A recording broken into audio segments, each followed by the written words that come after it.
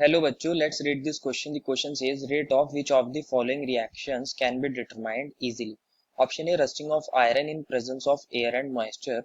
Option B, hydrolysis of starch. Option C, reaction of silver nitrate with sodium chloride. And option D, all of the above. बच्चों इस question में हमसे कहा गया है कि हम कौन सी रिएक्शन का रेट इजीली डिटरमाइन कर सकते हैं, इजीली पता लगा सकते हैं. क्या वो option A rusting of iron है, क्या वो हाइड्रोलिसिस ऑफ स्टार्च है, या फिर वो ऑप्शन सी सिल्वर नाइट्रेट की रिएक्शन है सोडियम क्लोराइड के साथ, या वो सारी रिएक्शंस हैं जितनी भी हमें दी गई हैं हम उनका रेट इजीली डिटरमाइन कर सकते हैं. तो फर्स्ट ऑफ ऑल बात करते हैं इस क्वेश्चन के अंदर हमारे की कंसेप्ट की. की कंसेप्ट क्या होगा बच्चों, हमें यहाँ निकालना है rate, that is determination of rate. बच्चों ये हमारी नॉर्मल लाइफ की जो रिएक्शंस होती हैं या कोई भी रिएक्शन हो उनके अंदर अगर हमें रेट निकालना हो तो हम उन्हीं रिएक्शंस का रेट इजीली निकाल पाते हैं जो हमारी मॉडरेट स्पीड से होती है. Moderate speed. अगर कोई रिएक्शन बहुत ज्यादा स्लो है तो उसका रेट निकालना बहुत मुश्किल हो जाएगा, क्योंकि वो कई दिनों में या कई मंथ्स के अंदर या कई ईयर्स के अंदर होगी. और अगर कोई रिएक्शन बहुत ज्यादा फास्ट है तो उसका रेट निकालना हमारे लिए बहुत मुश्किल हो जाएगा, क्योंकि वो इंस्टेंटली हो जाएगी तो हम टाइम को नोट ही नहीं कर पाएंगे. तो हम फास्ट रिएक्शंस का भी रेट इजीली नहीं निकाल सकते और स्लो रिएक्शंस का भी रेट इजीली नहीं निकाल सकते. इजीली रेट हम कौन सी रिएक्शंस का निकाल सकते हैं, सिर्फ मॉडरेट स्पीड से चलने वाली रिएक्शन का जो मॉडरेट होंगी. तो अब बात करते हैं हमारे option A B C D की.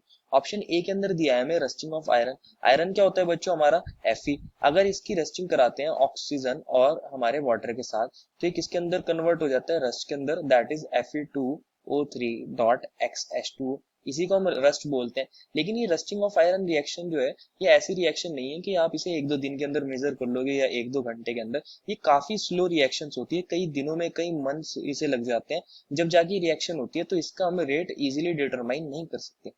वहीं बात करते हैं हमारी हाइड्रोलिसिस ऑफ स्टार्च. अगर हम स्टार्च का हाइड्रोलिसिस कर देते हैं तो क्या बन जाता है हमारा बच्चों, ग्लूकोज बन जाता है. और ये रिएक्शन जो होती है मॉडरेट स्पीड से होती है, थोड़े ही टाइम में हो जाती है. ये कैसी होती है, मॉडरेट. तो इसका रेट हम इजीली निकाल सकते हैं, इसको इजीली डिटरमाइन कर सकते हैं. ये हमारी बी करेक्ट हो जाएगी. बात करें ऑप्शन नंबर सी की. ऑप्शन सी में हमें कहा है कि हम रिएक्शन करवा रहे हैं सिल्वर नाइट्रेट की NaCl के साथ, दैट इज सोडियम क्लोराइड. अगर हम AgNO3 की रिएक्शन करा देते हैं NaCl के साथ तो क्या हो जाता है बच्चों, ये रिएक्शन बहुत इंस्टेंटली हो जाती है, बहुत फास्ट हो जाती है और हमारा बन जाता है NaNO3 प्लस AgCl. AgCl के हमें व्हाइट प्रेसिपिटेट देखने को मिलते हैं. तो ये रिएक्शन भी बहुत ज्यादा फास्ट होती है, इन एन इंस्टेंट हो जाती है, बहुत फास्ट. तो इसका रेट हम इजीली डिटरमाइन नहीं कर सकते. तो ऑप्शन सी भी क्या हो जाएगा, गलत हो जाएगा. हम उसी रिएक्शन का रेट डिटरमाइन कर सकते हैं जो मॉडरेट लेवल पे हो, हम उसी को देख के बता सकते हैं कि इसकी कंसंट्रेशन में टाइम के साथ क्या डिफरेंस आ रहा है, क्या चेंज आ रहा है, यही तो रेट होता है. तो मॉडरेट लेवल की हमें रिएक्शन दी होगी तो हम उसका रेट इजीली बता पाएंगे. तो हमारा ऑप्शन बी ही करेक्ट है. Therefore the final answer is option number B. I hope you understood it well and best of luck.